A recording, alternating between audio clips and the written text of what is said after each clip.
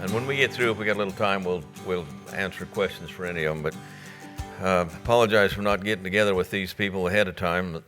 That I come in yesterday, but checked it out, but nobody was here. I'll come early too. But Amberly, Overy, how do I say that last name? Amber Early. Amber Early. Just drop the O. Yep. Amber Early is a graduate student at Kansas State University in their agriculture economics program. She recently graduated from Kansas State University with a BS degree. You want to tell us that's bullshit or what? No. That's a little bit of bullshit. No, a BS degree in agriculture, major in agriculture economics. Amber previously interned with the National Cattlemen's Beef Association in their beef sustainability research program during the summer of 2021. During her time with NCBA, Amber assisted in managing research projects and providing sources of technical information on beef sustainability. So take her away, Amber.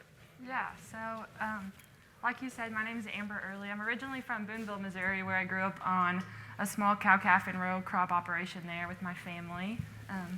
And I'll let Mariah give a brief introduction on herself. Good morning. I'm Mariah Johnson, and I'm Senior Director of Beef Sustainability Research at NCBA. And so actually got to know Amber a couple of years ago when she interned at the Noble Research Institute where I formerly worked. And so I've kind of drug Amber along on a lot of adventures with me. And so she came to NCBA this summer, and so a lot of times on our research program, not only are we funding grants, big grants to researchers across the U.S., but we'll do some internal research as well. And so that's what Amber really assisted us with this summer, and that was answering some questions around the economics of grazing management. So I wanted her to be able to share that here today. Yeah, and I think Mr. Barker's presentation kind of led in well to our presentation, because even though our title is Economics of Grazing Management, we're also going to talk about the why and how of why producers make decisions to decide certain grazing management plans and practices. So we'll get started here. Kind of an overview of what we're going to talk about today. And some of you guys may know this, but a lot of times, research and literature will point to, or even professionals in the industry will say, rotational grazing is good. But sometimes the research, technical research, doesn't clearly point to whether a producer should use continuous grazing or rotational grazing from both the economic and environmental standpoint, especially more so from an economic standpoint. From the research standpoint, there's lots of questions on, is continuous more economic? Is rotational more economic? So kind of our goal was to figure out, so which way is it? If it's so great, why is not everyone doing it? And is it really better, or is it not better? So to do this, we reviewed different grazing management practices and looked for specific literature that brought in economic trade-offs and considerations, and we assessed the quality and looked at the shortcomings of that research. And so I'll just present a couple slides here. So just in general, thinking about our sustainability research program. So sustainability, of course, covers a wide variety of topics. And so generally, I like the way that Debbie Lyons-Blythe always puts it. She always talks about taking care of the people and the land and being able to be profitable. And so you can stay in business. And so that's really what the three pillars of sustainability are about, but there's really so much more to that. Because when we say the word social sustainability, I think we get a lot of blank stares, and what does that mean? We all mean something a little bit different, or even in some of the pillars that feel more familiar, like economics or environmental. And so those other blocks that are there, just really showing that there's a wide variety of topics that fit within sustainability. And so with that, it's not just that one pillar stands alone, but that so many of these pieces are interconnected. And so even when we have a title like Economics of Grazing Management, and you think, okay, well, we're going to talk about economics here, it's not that clear cut. And so when we think about why we make choices with grazing management, yes, there's the dollars and cents piece to it, but there's also a quality of life piece to it. And so that fits squarely within the social component.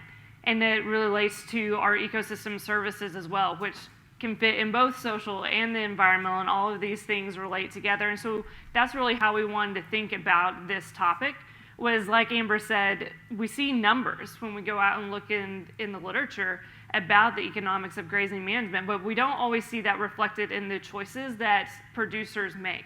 And so trying to think about, okay, even if the numbers seem better, but people don't choose it, what are the other reasons that we're not capturing? What are the whys that we're not capturing in research?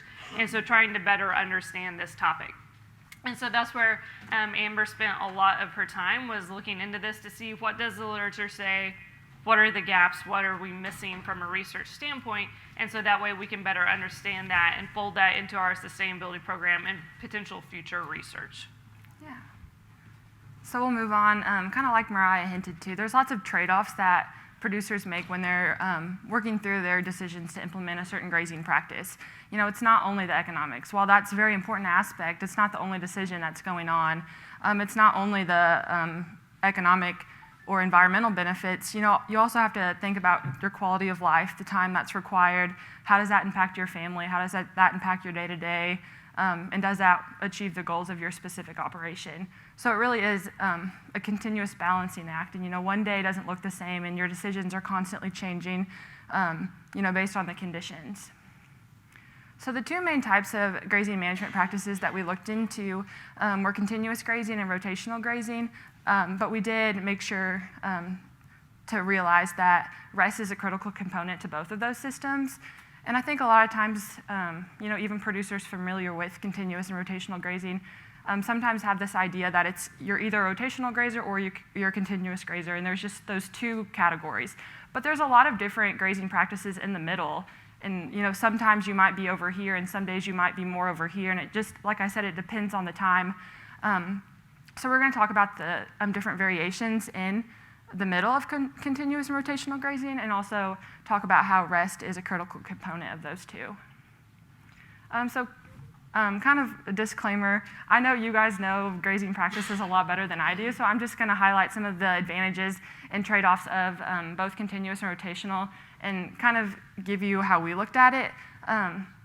So while continuous grazing might not always be the best choice for operations, and it might not be what groups like this, you know, we're wanting to improve environmental benefits of the land, but producers still may find it appealing because of the convenience and quality of life. Sometimes it's not in the best part of the operation to put all the time moving cattle all the time. And we did want to highlight that when we're talking about continuous grazing, we're not talking about overgrazing. They're not synonymous. They're not always the same thing. You know, while producers who are running a continuous system might be overgrazing their land, that's not always the truth there. So some of the advantages and trade-offs, again, I don't think I have to tell this group advantages and trade-offs of different grazing practices, because a lot of you guys live it every day and you can recognize these. But some advantages are it can be less management and have less overhead costs. While the trade-offs are you may have lower forage quality and yields, lower stocking rates and forage per acre. It could lead to uneven manure distribution, and you might have more undesirable plants and weeds on your land. So those are you know, just an overview of some advantages and trade-offs related to continuous grazing. And rotational grazing. So we know that there's varying forms of rotational grazing that can be more intensive or more simple depending on the goals of the operation. So here's my fun little graphic of the best way I could show it on a PowerPoint. But some advantages, again, are it might lead to increased forage productivity, which could increase yields in terms of animals per acre. And this might lead to economic returns. You have some management decisions. You know, you can alter your decisions, and you have some flexibility on the interval of grazing, time per pasture, number of pastures. Some of the literature mentioned that it might lead to fewer herd health problems, which can definitely be a benefit. However, some trade-offs that producers definitely consider is the capital expense that might be required with fencing infrastructure, water infrastructure, and then maintenance costs associated with the increased infrastructure. So some indirect trade-offs, and this is kind of like Mariah talked about, the quality of life trade-offs relate to this. So you might have lower machinery and fuel cost. There's a chance you could reduce your supplemental feeding and pasture waste, minimize your fluctuations in intake and the quality of your forage. But again, there's some indirect trade-offs that producers definitely consider, and that's the additional time that's required to move cattle from pasture to pasture, and also the opportunity cost of the time. So, if you're trying a really intensive system and you're moving cattle for a couple hours a day or, 10 more hours a week than you're used to, that time could maybe be used for something better. So, these are things that producers consider when they're making decisions for different grazing management plans.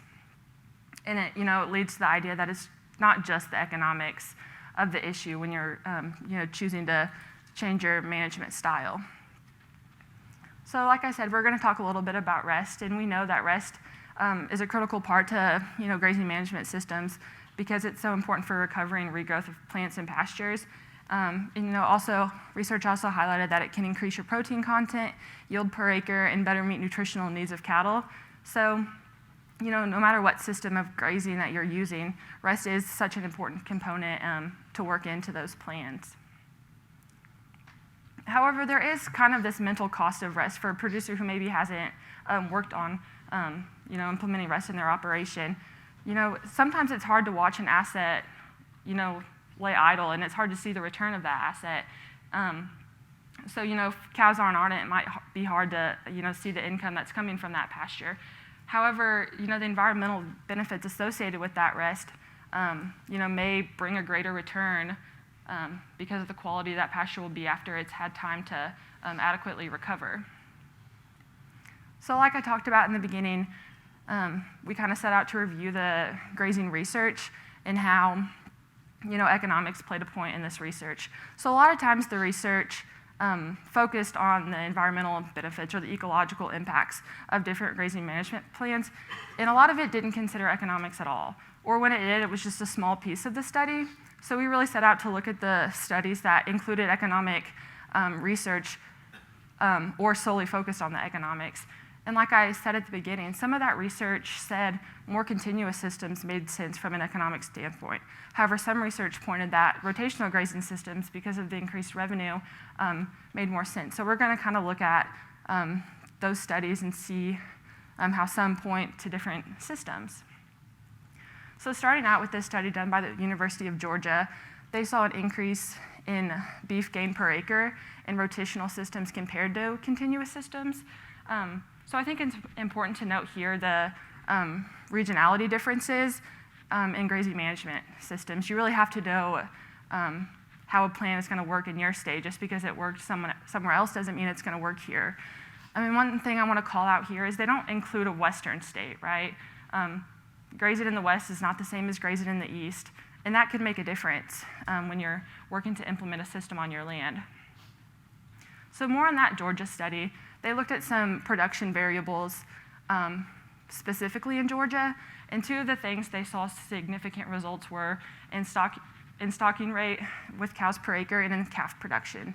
So we see a 38% increase in the stocking rate and a 37% increase in calf production, which shows some benefits to rotational systems from an economic standpoint.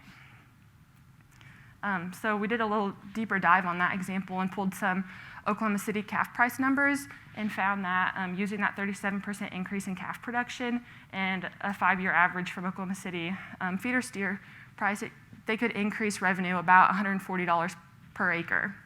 I mean, again, that just shows how you can increase your revenue through a rotational system, at least in this study.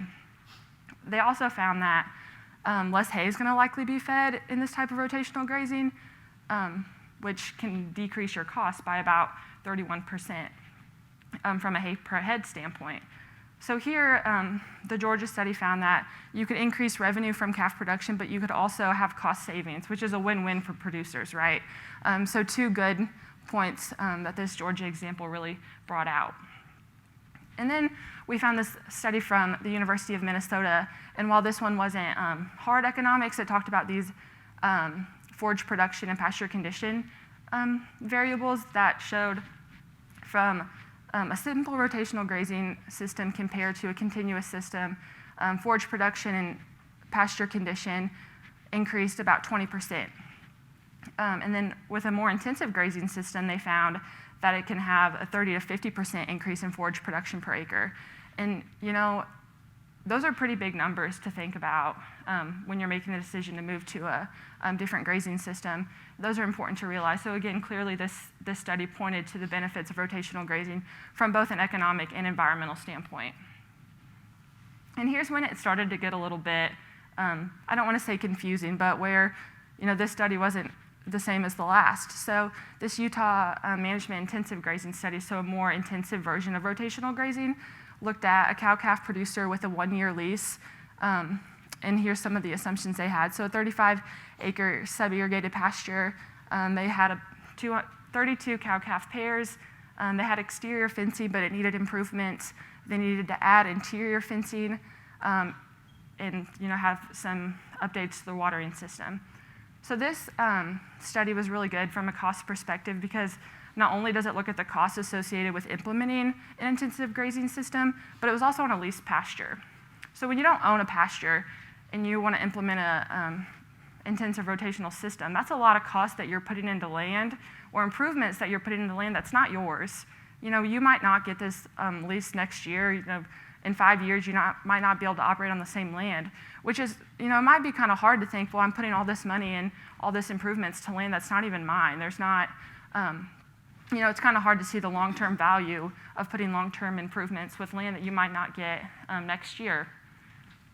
So again, this study was looking at the cost of the system over a 1-year period on a 35-acre pasture. And we see that, for this 35-acre pasture, from just a fencing standpoint, it was $1,200 in cost for 1 year.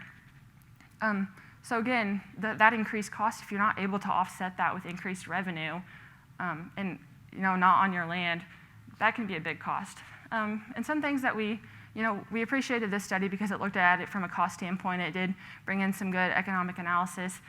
It was only over 1 year. We thought it would be nice if we could look at this over a longer time span, but also compare it to a less intensive system, a more simple rotational grazing system, and also compare to what it would have looked like to do the same study on a more simple continuous grazing system, just for comparison purposes.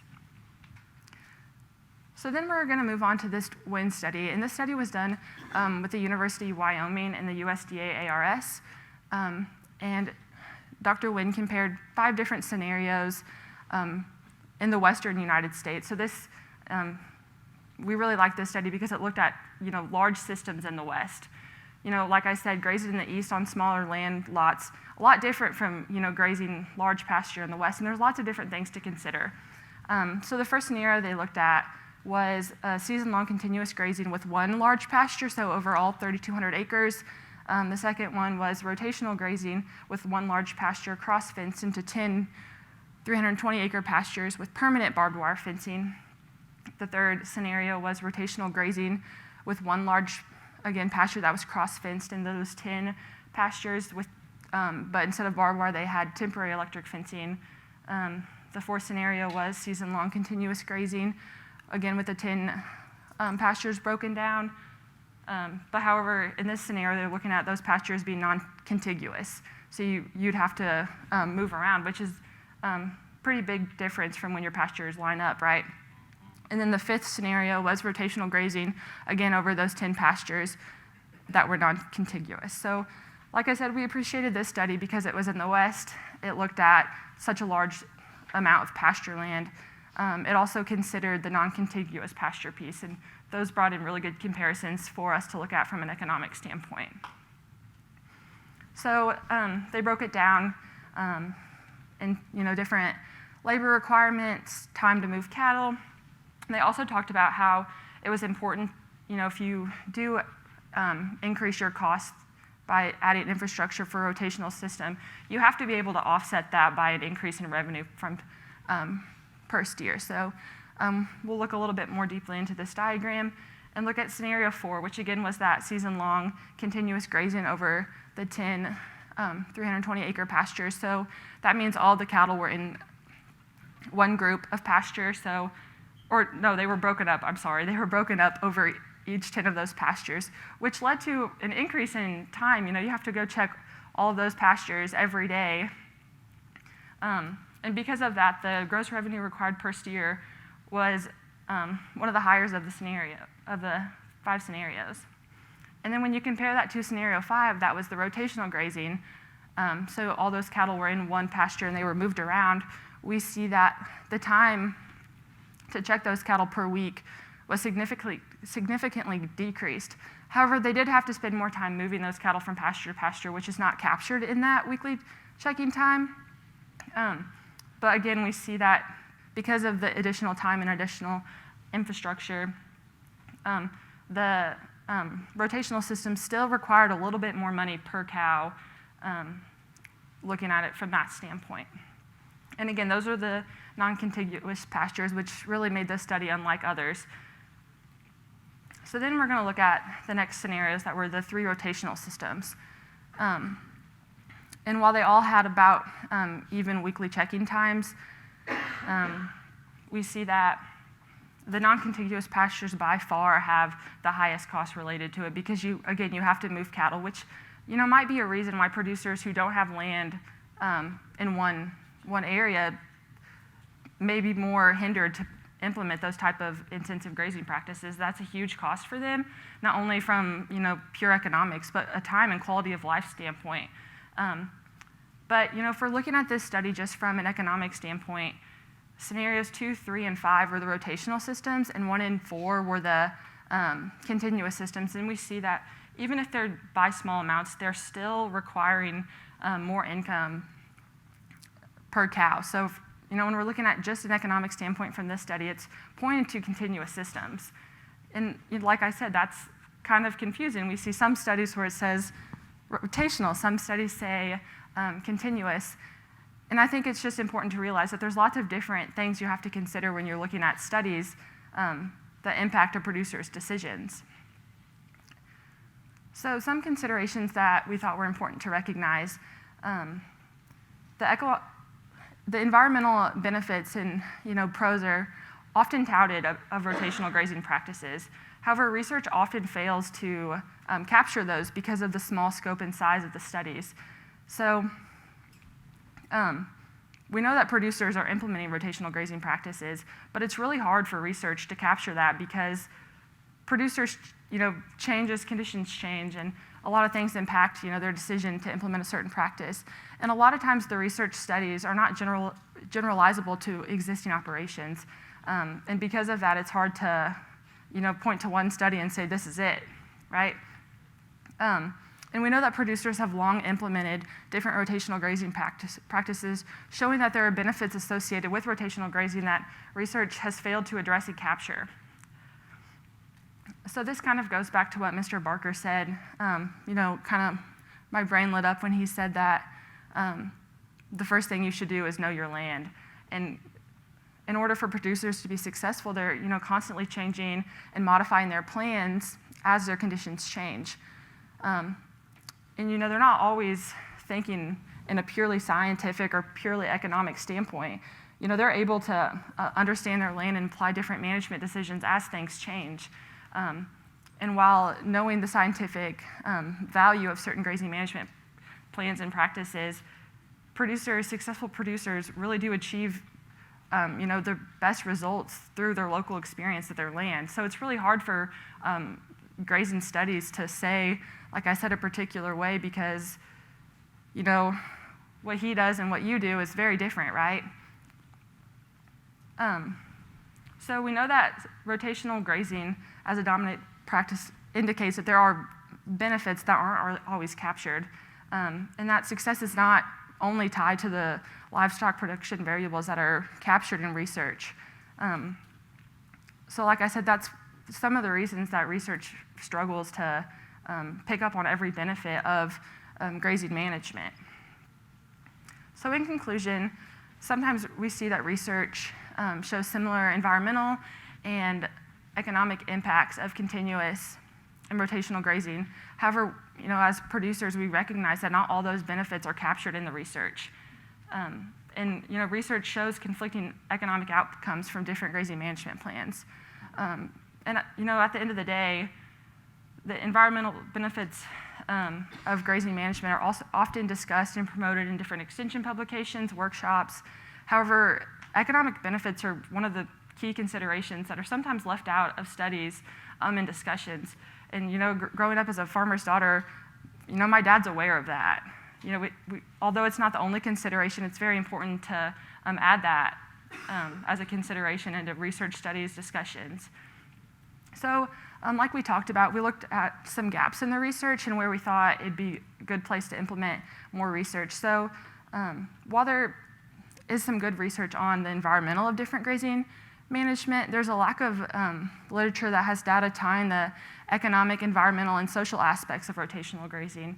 And although it's challenging, finding ways to get research that really brings in the trade-offs of each of those components is really important. And I think, when we're able to consider those economic, environmental benefits of improved grazing practices and show that, they're more likely to be implemented. So that's kind of what we looked at, and if there's any questions, we'd be happy to answer those. We got 5 minutes. Cool. Questions? Perfect. Yeah. When you were looking through the research and everything like that, can you remember what the longest period of time one of those studies lasted for? Yeah, and I'm not sure 100% on that, but that is a challenge that a lot of grazing systems or research has.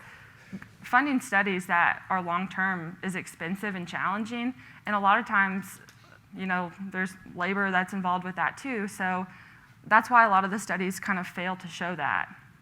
And I know some of the studies were more long-term, but I don't have an answer on exact number of years. Yeah. Well, this question won't help that funding deal.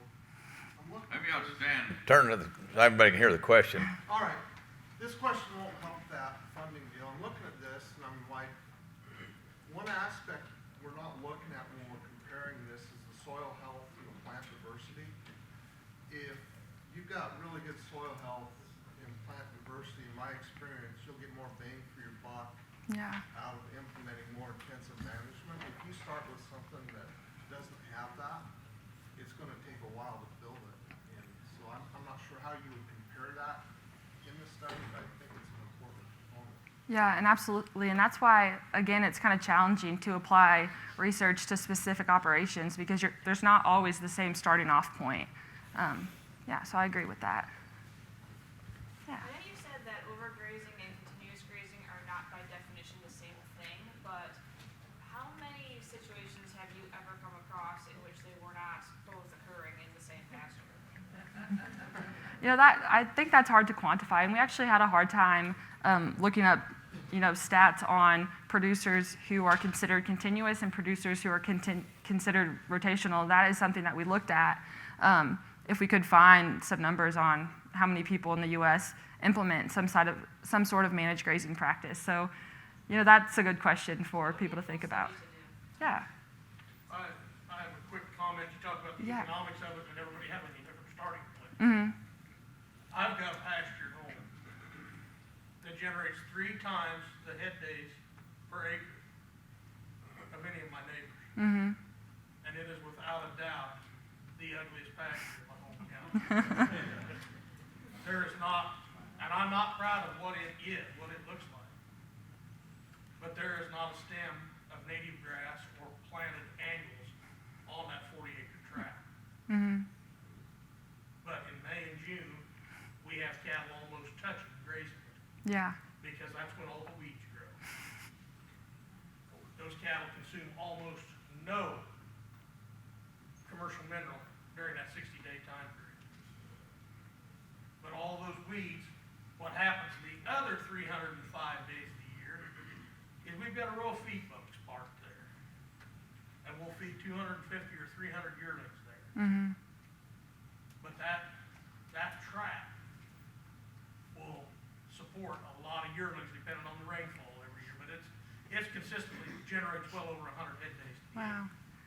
Well, if we can get 30 out of grass across the river from it, we feel like we're really doing something. And so what you're saying is our economic impacts, everybody's got to measure it at their own place, and a weed isn't necessarily a bad thing. Yep. Maybe, and what looks pristine, that might really, and it's a neat place because it's bordered by irrigated alfalfa fields and cornfields, and there's a lot of wildlife habitat, And it's amazing how much time the deer spend at eating my feed bugs. Yeah. they're liking that, and I think that relates to the, I mean, there's a lot of wildlife that adapts to what they have available to them. yeah. Well, and that relates back to, local knowledge, as well as different management goals and preferences for operations. So that's why it's hard for studies to capture, everything that's going through a producer's mind, right? All right, let's give Kimber a hand. Amber Early. One thing about it, I started with nothing and I got most of it left. Yeah. Hey, that's a good thing, right? We got one more speaker in this group here, but I realize people are moving on in between. I don't know if any of you read Kit Farrell's stuff, but I think it was him that said, when talking sustainability, it's not sustainable if it's not enjoyable and profitable. We all know we can't sustain it being profitable, but also if it's not enjoyable.